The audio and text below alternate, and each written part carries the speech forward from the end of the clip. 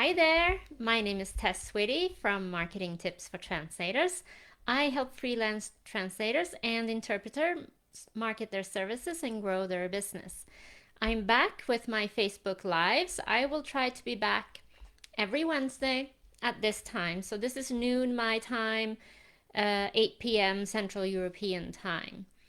Today I want to talk about your resumes or your CVs, because I see many of you still use them and they're still useful when you want work from translation agencies. And I want to bring up 5 mistakes I see very often on translator resumes that I evaluate. I chose the topic today because I know some of you are freshly graduated translator or newer translators in general, or you just simply need to start finding better agencies to work for or more agencies to work for to get more projects. And you need to keep marketing even during this pandemic and see who needs your services. Many of my students and listeners struggle with getting established with translation companies, and one of the reasons that their resume is not grabbing the vendor manager's attention or showing them their qualities in the best way possible is the resume. So I wanted to bring up 5 common mistakes and also some characteristics of a good resume. And I have all these mistakes and ingredients in a free ebook that you can download in the information somewhere here. You go to marketingtipsfortranslators.com/translation-agencies. Okay, so here are the 5 common mistakes. Mistake number 1, you're not clearly stating your languages and the area you specialize in on the top, visibly like a headline. Then the managers or anyone who receives your CV read a lot of resume CVs and only spend on average about 3 seconds on a resume before they decide if they want to keep reading or not. So it should be clearly visible the languages you work in and what you specialize in. If you say that you specialize in legal, medical, marketing, and technical translations, you are basically saying that you do not have any expertise in any area, you're a jack of all trades, and you lose your credibility. Most language service providers want to use translators that specialize in the area of the project they need a translation for. So it is better to focus on 1 or 2 areas and come across as an experienced translator with an area of expertise. Mistake number 2 is to use a standard or old job application format for your resume with experience listed sort of in chronological order with a company that you work for. Instead, your resume should be more like a little leaflet marketing your services. You can group your experience in areas of specialization and list sample projects without breaking any confidentiality agreements, of course. So let's say, for example, I specialize in IT and software localization, and I have then a little subheading that says IT and software localization, and then I list what I do: software interfaces, websites, help files, user manuals, online stores, linguistic testing of software interfaces, SEO, app localization.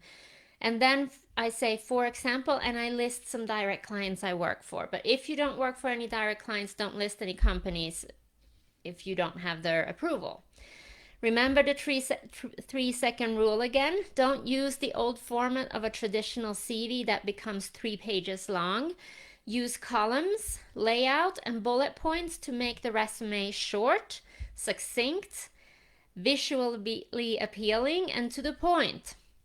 Only list information that is relevant for the translation industry.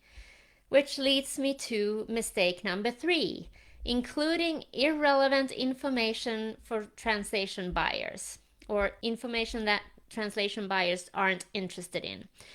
Don't include positions that have nothing to do with translation, or list that you're proficient in Microsoft Office, or hobbies that are not related to translation or your area of expertise. Save that for other job applications. Mistake number 4 is to forget to include your translation-related continuing education. So another section of the resume should be education, and you should list whatever education you have because it is important.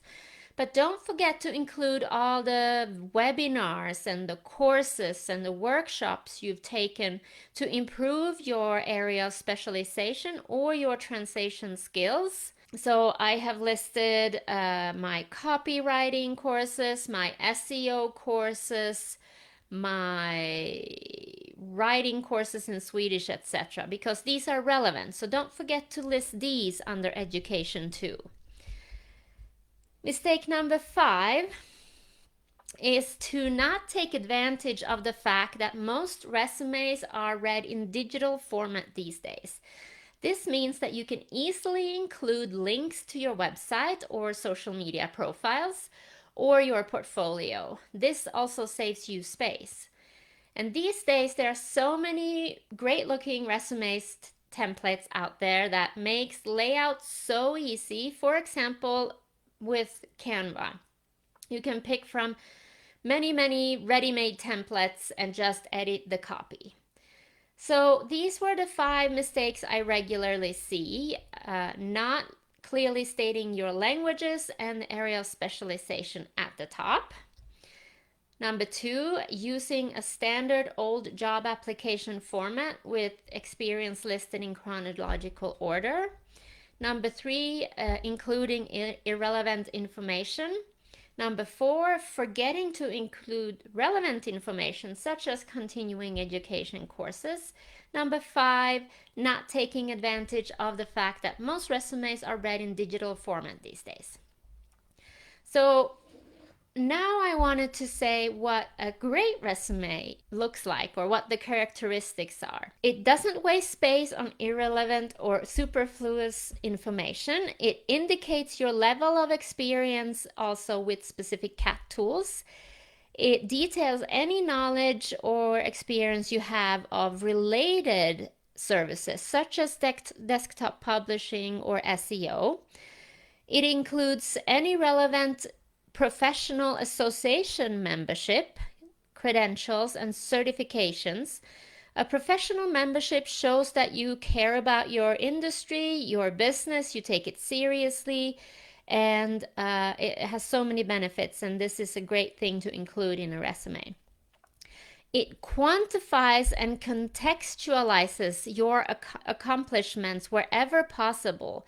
So you have done this and this many projects in this field, or you have done this and this many, maybe not words is so important, but just list examples, list a number of clients, number of years, etc., because these are all signs or proof of your experience and your expertise.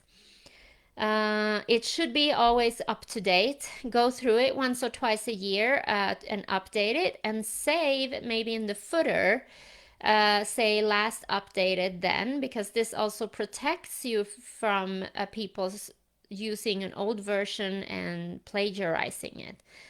I also have a lot of information on how to protect your resume in this free guide that you can download. And a good professional resume has a professional and easy to skim layout, and it leaves out buzzwords like strategic or high quality and stuff. These are good, but you have to provide proof for them. If you say you always provide high quality, how can you prove that, for example? So a resume that does all these things will quickly rise to the top of the pile, I think. I hope you found this useful. Go check out my guide on how to apply to translation companies and agencies, optimize your resume, cover letter, and where to find good agencies to apply for. I hope you're all doing well. Have a great rest of the day and the week, and I will see you here next week.